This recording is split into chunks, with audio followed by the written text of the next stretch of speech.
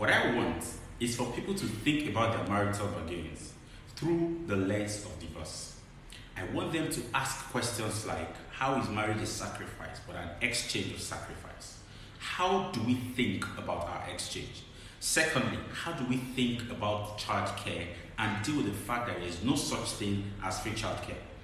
And thirdly, how do we deal with the fact that some things can be separate and some things can be together?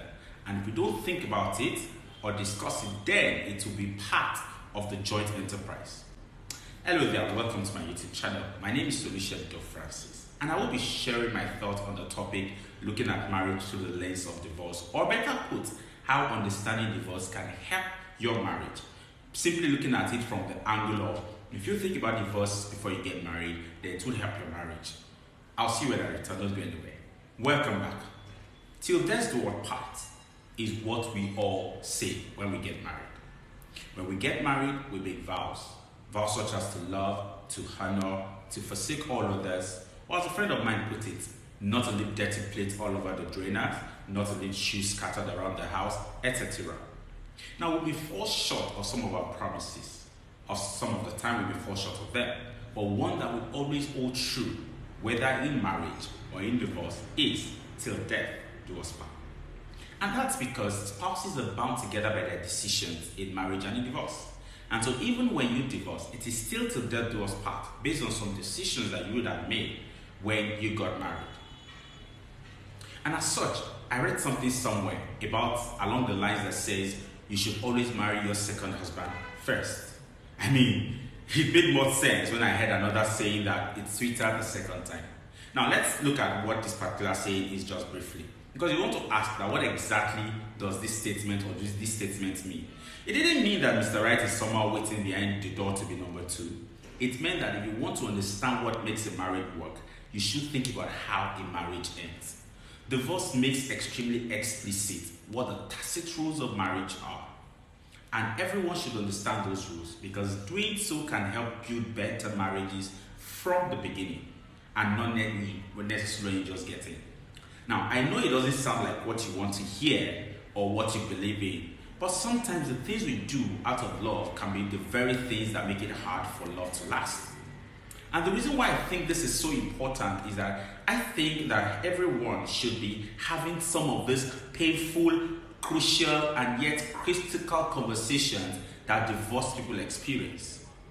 These are painful conversations about how we contributed, what we owe, what we're willing to give, and what we give eventually up, as well as what's important to us. These conversations, or those conversations, should be happening in a good marriage, not after it is broken. Because when you wait until it is broken, it's too late. But if you have them early on, they can actually help build a better marriage, and of course, help reduce the number of mental stress issues that you experience. Or maybe have them before you even get married, so it helps you decide if you really want to get married, and if you really want to get married to that person. Now, three ideas that I want to put forth to you to consider is: one, sacrifice should be thought of as a fair exchange. What are we both giving, and what are we both dropping? Two, that there is no such thing as free childcare. And three, what's yours probably becomes ours. So let's talk about these three ideas one after the other. Now, the first one is sacrifice. The fact that sacrifice should be a fair exchange. Now, I'll use a case study I read up somewhere to explain this idea. So I have a case study of Ruth and Victor, not real names. Now, Ruth decides to go to medical school earlier on in marriage, and Victor works to support them, while Victor works night shifts to do that, and he also gives up a great job in another city just because Ruth wants to go to medical school. He does this out of love, but of course he also understands that Ruth's degree will benefit them both in the end. But after a few years, Victor becomes neglected and resentful, and he starts drinking heavily. And Ruth looks at her life, and she looks at Victor's, and she thinks, this is not the bargain I wanted to make. A couple of years go by, she graduates from medical school, and she files for divorce. Now, there's what we call a marriage mediator, or a counselor. So marriage mediators help mediate in marital crisis. Now, so in a perfect world, people would seek proper counsel or talk to mediators, and some kind of marriage mediator would have been able to talk to them before Ruth went to medical school. Now, at that point, the mediator would have asked questions like, what exactly does fair exchange work? Or how exactly does fair exchange work? Like, what are you exchanging that is fair? What does it look like in your marriage? What are you willing to give and what are you willing to owe? So in a divorce, perhaps, Ruth is now probably going to owe Victor some financial support for years. And for Victor, no amount of financial support is going to make him feel compensated for what he gave up and the loss of traction in his career. Now, if the two of them had thought about their split early on, what might have done differently? Well, perhaps Ruth would have decided that she would take loans or work a part-time job in order to support her own tuition so that Victor wouldn't have had to bear the entire burden of that. I mean, remember what I said Victor went through? And again, Victor might have decided to take the job in that other city, and maybe the two of them would have commuted for a couple of years while Ruth finished her degree. So you can look at that particular case study in the light of making sacrifices, and to what extent do you make that sacrifice of exchange.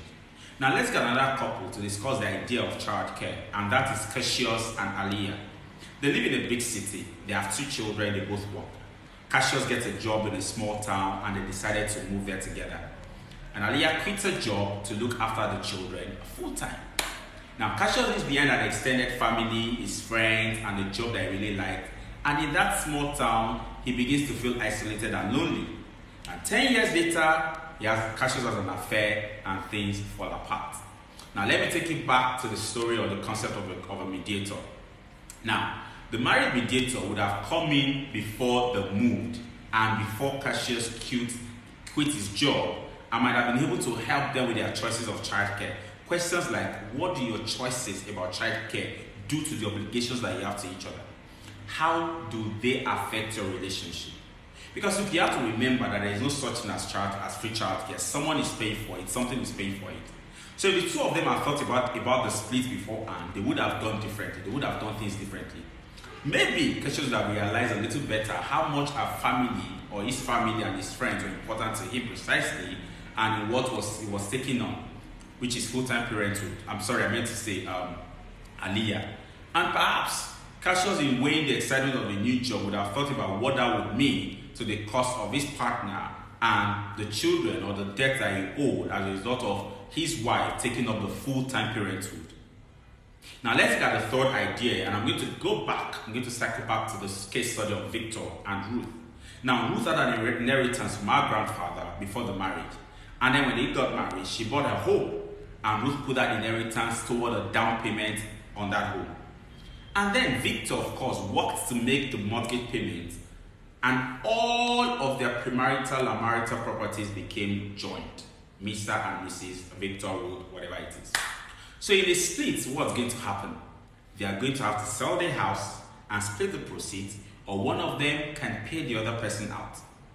Now, so back to married mediator. If they had talked to them before all of this happened, what do you think would have been the question? So you'd have had questions like, what do you want to keep separate and what do you want to keep together? And how does the choice equally support the security of the marriage? Because you have to remember that what's yours probably would become ours unless you actually are mindful and take steps to do otherwise. So, taking steps to do otherwise means like leaving those properties in her name in a way that remains hers as long as there is no contribution from Victor. And the moment there is no contribution from Victor or the other partner, then whatever happens, you know that it's your responsibility. So if they had thought about their split, maybe they would have decided differently. Maybe she would have thought, oh, maybe this inheritance can stay separate, and they saved for a day when they might actually need it. And maybe the mortgage that they took on wouldn't have been as necessary, and maybe Victor wouldn't have had to work so hard to make those payments on the house. And maybe would have become less resentful. Maybe they would have lived in a smaller house and they would have been content to do that, and they would have been happy with themselves. Nobody's feeling overworked, nobody's feeling resentful, and amongst other things. Now, the point is, if our case studies had a divorce-conscious discussion about what to keep separate, their marriage would have been more connected and more together. Too often in marriage, we make sacrifices and we demand them without reckoning their costs. But there is wisdom in looking at the price tags attached to our marital decisions in just the way that divorce teaches us. Because when it comes to divorce, you make commitments and stuff like that. So what I want to achieve is for you to think about your marital bargains, whether you're married or you're about to get married, through the lens of divorce, and to ask questions of how is marriage a sacrifice and what exchange of sacrifice. How do you think about the exchange? And this has to be both of you. And to also look at it, how do you think about childcare and deal with the fact that there is no free childcare? And how do you deal with the fact that some things can be separate and some things can be done together? And if you don't think about it, then we'll all be part of the joint enterprise. Because if you look at all of these issues and you deal with them, you'll be able to reduce how much of mental stress and mental torture couples go through. I believe that we look at marriage or divorce in the light of it being till death do us part. Then we will ask ourselves way before the engagement, if the sacrifice is worth it, and if it's an exchange of sacrifice.